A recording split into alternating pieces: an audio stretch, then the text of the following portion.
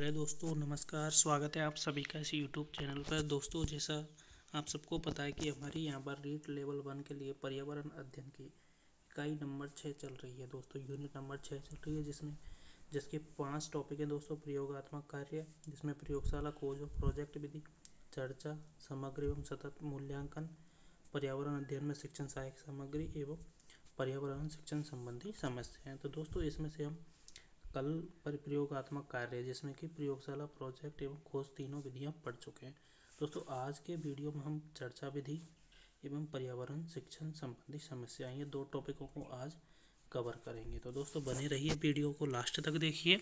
और आपको दोस्तों वीडियो के डिस्क्रिप्शन में आपको ये PDF भी मिल जाएगी और वहाँ से डाउनलोड करके भी अपने नोट्स बना सकते हो। तो चलिए दोस्तों शुरू करते हैं आज का वीडियो।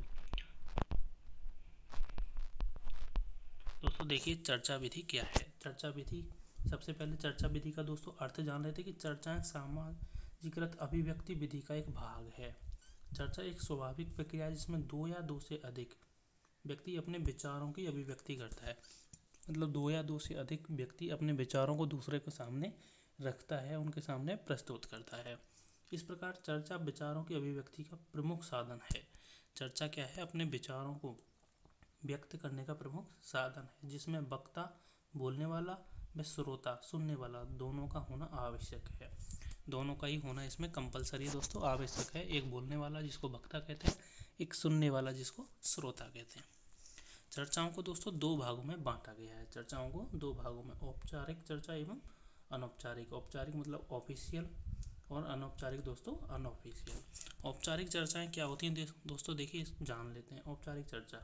औपचारिक चर्चाएं वे चर्चाएं होती हैं दोस्तों जिनका विषय, भागीदारी, समय, उद्देश्य, क्या क्या विषय, भागीदारी, समय, उद्देश्य, जिनका कारण आदि सब कुछ पूर्व निर्धारित होता है, पहले से निर्धारित होता है।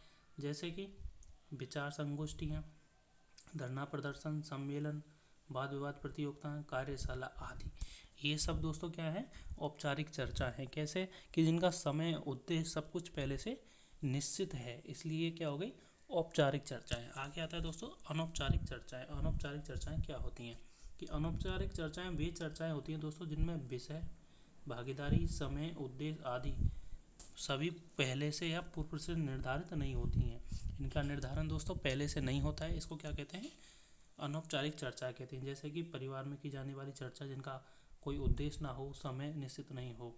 समाज में की जाने वाली चर्चाएं, गपशप लड़ा रहे हैं, वो कोई औपचारिक चर्चा नहीं होती, अनौपचारिक चर्चाएं होती हैं। और अफवाह, ये सब क्या है दोस्तों? अनौपचारिक चर्चाएं। तो दोस्तों चर्चाओं के दो भाग हो गए, औपचारिक चर्चा एवं अनौपचारिक चर्चा। आगे आता है दोस्तों चर्चाओं का महत्व क्या है। चर्चाओं का महत्व क्या है तो ध्यान लीजिए दोस्तों। चर्चाओं का महत्व, चर्चा करने से बालकों में आत्मविश्वास बढ़ता है। मतलब तर्क वितर्क की शक्ति, तर्क वितर्क जब बालक करेगा तो उसमें सेल्फ कॉन्फिडेंस आ जाएगा। चर्चा करने से बालकों में वक्ता बोलने की एवं श्रोता सुनने की दोनों के गुणों का विकास होता है। चर्चा करने से दोस्तों क्या होता है? बालक में बोलने की, लोगों के सामने बोलने की प्रवृत्ति, उसका जो आत्मविश्वास है वो बढ़ जाता है। चर्चाओं से बालकों में प्रजातांत्रिक गुणों का विकास होता है। चर्चा में बालकों में प्रजातांत्रिक गुणों का विकास होता है। चर्चा करने से प्रकरण संबंधी मतलब कोई भी विषय वस्तु संबंधी व्यापक ज्ञान मिलता है। चर्चा करने से विषय वस्तु से संबंधित व्यापक मतलब ब्रॉड ज्ञान, मतलब कई ज़्यादा ज्ञान मिल जाता है। जैसे मान लो दोस्तों किसी भी टॉपिक पे चर्चा हो रही है, उस पर 4 आदमी बोल रहे हैं, फिर 5वां बोलेगा तो हमें 4-5 लोगों से उसका ज्ञान मिलेगा, उसका नॉलेज मिलेगा, जो कि कुछ ज़्यादा हेल्पफुल होता है। दोस्तों चर्चाओं से बालकों में व्यक्तिगत मतलब पर्सनली एवं सामाजिक सोशल गुणों का विकास होता है। दोस्तों चर्चाओं से बालकों में व्यक्तिगत एवं सामाजिक गुणों का विकास होता है। चर्चाओं से बालकों में चिंतन करना, एकाग्रता एवं विश्लेषण संबंधी गुणों का भी विकास होता है। तो दोस्तों ये था चर्चाओं का महत्व। आ गया था दोस्तों चर्चाओं के अपदोष या फिर दोष, अवगुण या दोष कुछ भी कह सकते हैं। चर्चाओं से कभी कभी समय की बर्बादी होना संभव होता है। जैसे मान लो दोस्तों कोई चर्चा या कोई डिबेट, कोई वाद विवाद प्रतियोगिता घंटों भर चल रही है, 2 घंटे चल रही है, तो वो समय खराब करना है। चर्चाओं का अनावश्यक प्रयोग करने के कारण कभी कभी कक्षाओं में पारस्परिक विवादों की भी संभावना होती है। दोस्तों आपस में लड़ाई झगड़े भी हो जाते हैं। चर्चा विधि का प्रयोग केवल योग्य एवं अनुभवी शिक्षकों द्वारा ही किया जा सकता है तथा वर्तमान में योग्य एवं अनुभवी शिक्षकों का अभाव है दोस्तों। वर्तमान में योग्य एवं अनुभवी शिक्षकों का अभाव है। आगे आता है दोस्तों, चर्चा विधि सभी प्रकार के प्रकरणों के लिए उपयोगी नहीं है। सभी प्रकार के विषय वस्तुओं के लिए चर्चा विधि उपयोगी नहीं है। तो दोस्तों ये था चर्चा विधि के अवदोष या फिर दोष। अब देखिए दोस्तों, अपन ने क्या क्या पढ़ लिया। चर्चा विधि की परिभाषा, चर्चा विधि के प्रकार, औपचारिक एवं अनौपचारिक, चर्चा विधि का महत्व एवं चर्चा विधि के दोष। आ गया था दोस्तों शिक्षण की समस्याएं, कि आज के समय में शिक्षण में क्या क्या समस्याएं आती है। कि शिक्षण क्या करता है दोस्तों, शिक्षण में क्या है, शिक्षक एवं शिक्षार्थी के मध्य की जाने वाली शिक्षण उद्देश्यों को प्राप्त करने की प्रक्रिया है। शिक्षण क्या है, वापस से समझिए दोस्तों, शिक्षण क्या है कि शिक्षक एवं शिक्षार्थी के मध्य की जाने वाली शिक्षण उद्देश्यों को प्राप्त की जाने वाली क्या है, प्रक्रिया है। इसको क्या कहते हैं, शिक्षण है। अतः शिक्षण उद्देश्यों को प्राप्त करने के लिए, शिक्षण के उद्देश्यों को प्राप्त करने के लिए निम्नलिखित समस्याओं का समाधान करना पड़ता है। ऐसी कौन कौन सी समस्याएं हैं जो शिक्षण में बाधा उत्पन्न करती हैं, तो देखिए जान लीजिए दोस्तों। योग्य एवं अनुभवी शिक्षकों का अभाव, योग्य एवं अनुभवी शिक्षकों का अभाव, ये तो सबसे बड़ी समस्या दोस्तों। शिक्षकों द्वारा शिक्षण करवाते समय छात्र केंद्रित शिक्षण विधियों का प्रयोग नहीं करना,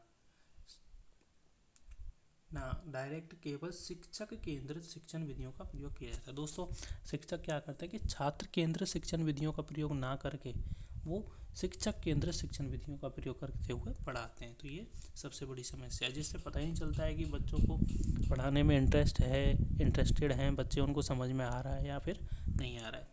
शिक्षकों द्वारा बिना पाठ योजना के शिक्षण कार्य करवाया जाता है। मतलब शिक्षक पहले से प्रिपेयर होकर नहीं आते हैं कि आज हमें क्लास में क्या पढ़ाना है, कक्षा में क्या नहीं पढ़ाना है, इसकी पूरी पाठ योजना बना के नहीं लाते हैं। तो ये भी एक समस्या है दोस्तों। शिक्षण कार्य हो जाने के पश्चात, मतलब पढ़ाने के पश्चात उचित प्रकार से मूल्यांकन नहीं हो पाना, कि बच्चे ने कितना सीखा है कितना नहीं सीखा है, इसका मूल्यांकन नहीं हो पाना। शिक्षक तथा शिक्षार्थियों के मध्य अंतर्द्वंद की स्थिति होना। अंतर्द्वंद मतलब कभी कभी लड़ाई झगड़े जैसी स्थिति पैदा हो जाती है दोस्तों। शिक्षक विद्यार्थी को गलत समझने लग जाते हैं, शिक्षार्थी शिक्षक को गलत समझने लग जाते हैं। शिक्षकों द्वारा उचित प्रकार से शिक्षण सहायक सामग्रियों का प्रयोग नहीं करना। दोस्तों शिक्षण सहायक सामग्रियां जो कि शिक्षण की को ज़्यादा सुगम बनाती हैं, उनका प्रयोग नहीं करना, ये भी समस्या है दोस्तों। कक्षा का वातावरण सही नहीं होना, कक्षा का जो वातावरण है वो सही नहीं होना दोस्तों, ये भी एक समस्या है।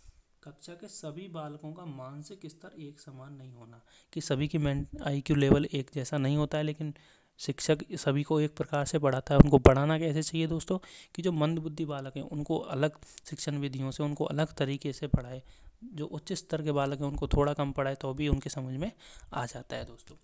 लंबे समय तक शिक्षण कार्य कराते रहना। मान लो कोई क्लास दोस्तों 2 घंटे चल रही है, एक ही सब्जेक्ट चल रहा है, 3 घंटे चल रही है, तो विद्यार्थी उसमें बोर हो जाते हैं। तो दोस्तों ये थे शिक्षण में संबंधित कुछ समस्याएं। तो दोस्तों ये यूनिट नंबर 6 का दोस्तों पार्ट नंबर 2 था। एक पार्ट में पहले डाल चुका हूँ दोस्तों। आज की वीडियो में हमने चर्चा विधि एवं शिक्षण की समस्याओं को कवर किया है। इससे पहले दोस्तों प्रयोगात्मक कार्य, इसमें प्रयोगशाला विधि, खोज विधि एवं प्रोजेक्ट विधि को मैं कंप्लीट करा चुका हूँ दोस्तों। अगली वीडियो में मूल्यांकन एवं पर्यावरण अध्ययन में शिक्षण सहायक सामग्रियों को मैं वीडियो बना दूंगा। तो दोस्तों अगर आपको वीडियो पसंद आती है, वीडियो को एक लाइक कीजिए दोस्तों। अगर आप हमारे चैनल पर नए आए हैं तो प्लीज़ चैनल को सब्सक्राइब करना ना भूलें, और पास में दिए हुए बेल आइकन को ज़रूर दबाएं, जिससे आपको मेरी आने वाली हर वीडियो की नोटिफिकेशन मिल सके सबसे पहले। दोस्तों डिस्क्रिप्शन में जाके PDF की लिंक से आप PDF डाउनलोड कर सकते हैं। धन्यवाद।